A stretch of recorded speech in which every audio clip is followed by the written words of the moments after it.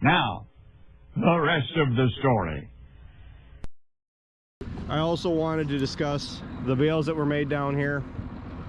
Ultimately, we got 218 bales total off of my second cut off the valley.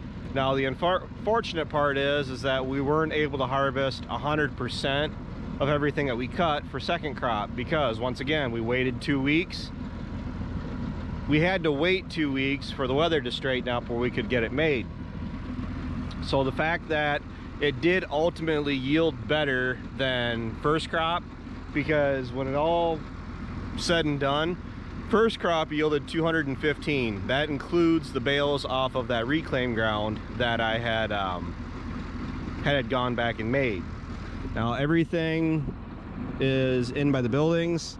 I think I can cheat and walk down around through them. Yeah, some of them have settled, but they're not completely flat, shrunken out. It's to be expected. The stuff that's up at home, the cows are nosing through it. Granted, we all know it's not ideal. A lot of it is, for me, is I'm just grateful that I have something to feed my cows. I've mentioned in my last video the molasses trick, where I'm currently doing a bunch of random trials right now just to see what works best where in regards to applying. It's 30 or 32% liquid molasses. Sugar, more or less, is like putting, you know, ketchup on your fries, or butter on your potatoes. It's something else that kind of enhances the flavor of what you're able to get without it.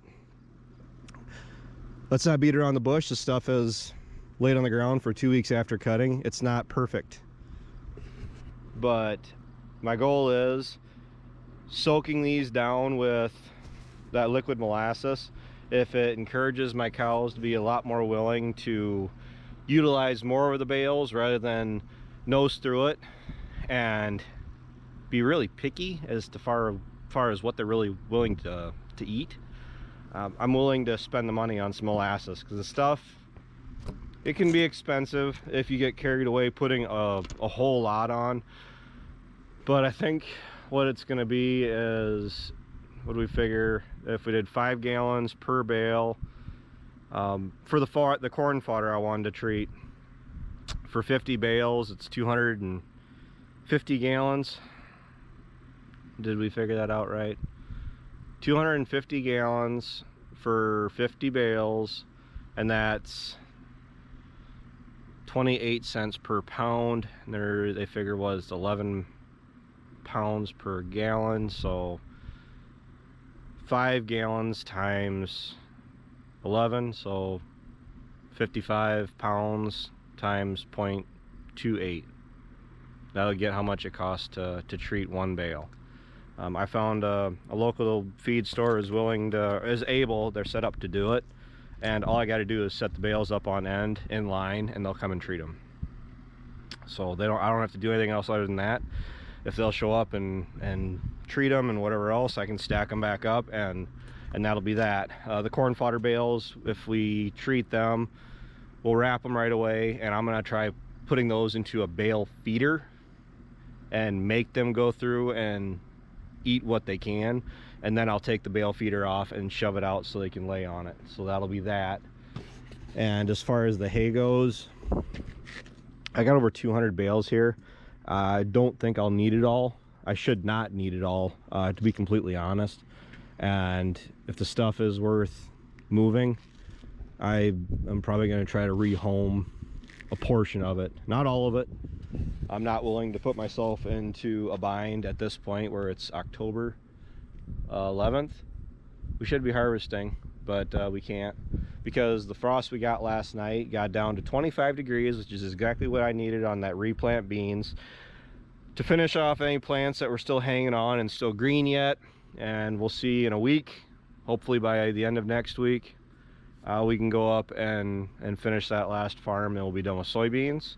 I went through and got the combine cleaned last night, got all the soybean dust that was on it caked up on it, because if you just let that build up throughout the season, that just creates a fire hazard, and it just creates more of a headache to try to clean up the end of the season.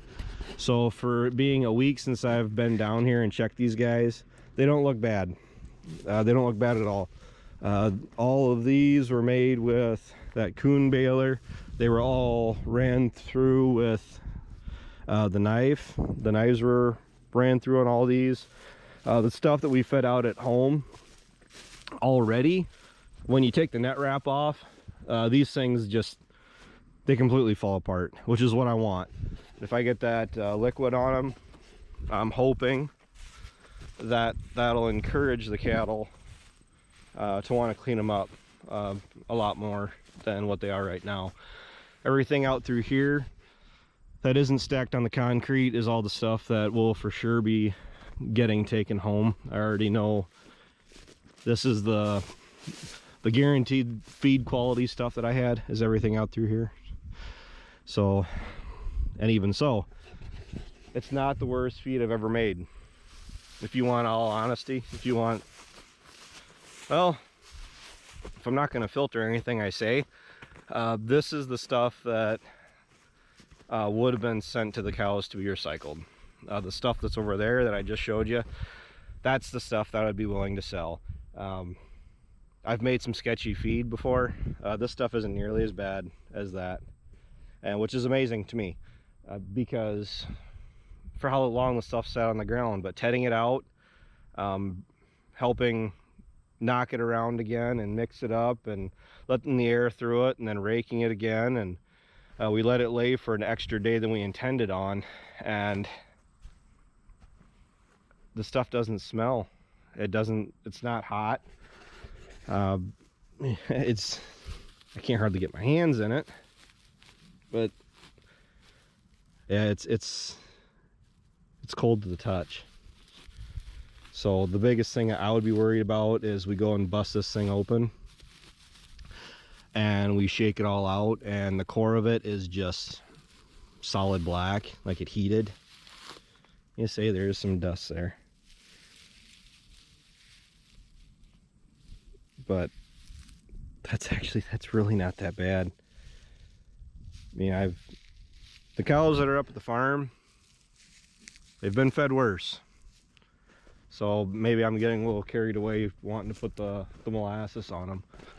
Everything that's in here is the stuff that we were able to make before the rain. So it was made 2 weeks prior of everything out there. And this is the stuff, you see, look how green that is. This is the stuff that I really wouldn't think much of for putting the molasses on it. Really shouldn't have to. It actually smells nice. It's green.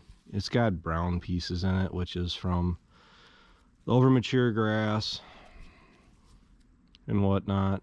But that's definitely not from being rained on in the windrow or after we cut it. This stuff, with it being finer like that, the cows will they'll burn right through this. So I'm actually leaning more towards feeding this stuff, hence it being inside. I'm actually leaning towards keeping this stuff until probably February, March. It's better quality. It's better quality than the stuff outside. I'm confident in that. And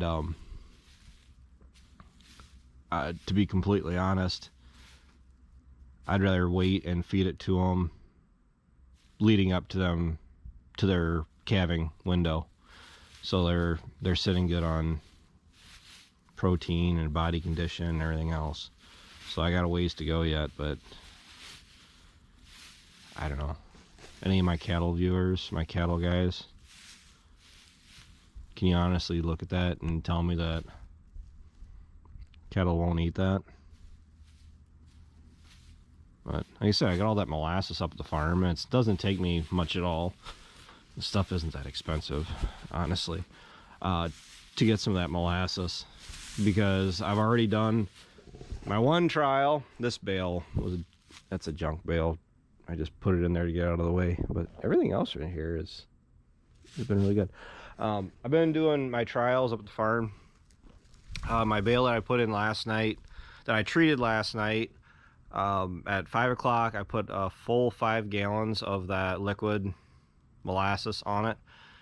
As of noon today, it still had not completely soaked down from the top of the bale. Like, it was still sitting on top. I'm gonna leave it sit and soak just to kind of get, I just want to see what it actually will take to get them to soak into these, because these bales are packed, they're baled tight. 4 wraps of net wrap around them, and the pressure was not maxed out, but they were wrapped to be tight, to be moved around and to get plenty of material in them. So it's going to be interesting to see how it actually does.